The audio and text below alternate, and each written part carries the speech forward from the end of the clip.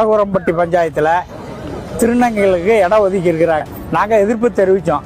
அந்த பிள்ளைகளாம் 2 வயசு 5 வயசுல இருந்து 20 வயசு பொண்ணு வரைக்கும் போகுது. இவங்களுக்கு கொண்டு 32 பேருக்கு பட்டா கொடுத்தா நாளைக்கு பிரச்சனை ஆகும்.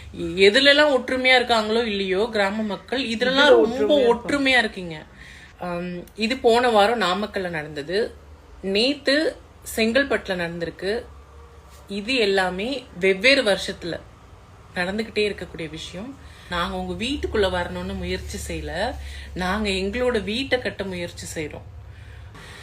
இப்போ திருநங்கைகளுக்கு வீடு கொடுக்குறாங்கன்னே வச்சுக்கோங்களேன். அதெல்லாம் எங்க கொடுப்பாங்கன்னு பாத்தீங்கன்னா ஊருக்கு ஒதுக்குப்புறமா இருக்கக்கூடிய ஏதோ ஒரு இடத்துல தான் கொடுப்பாங்க. ஆனா அந்த ஒதுக்குப்புற இடத்துலயுமே திருநங்கைகள் இருக்கக்கூடாதுன்னா அந்த மக்கள் எங்க போவாங்க?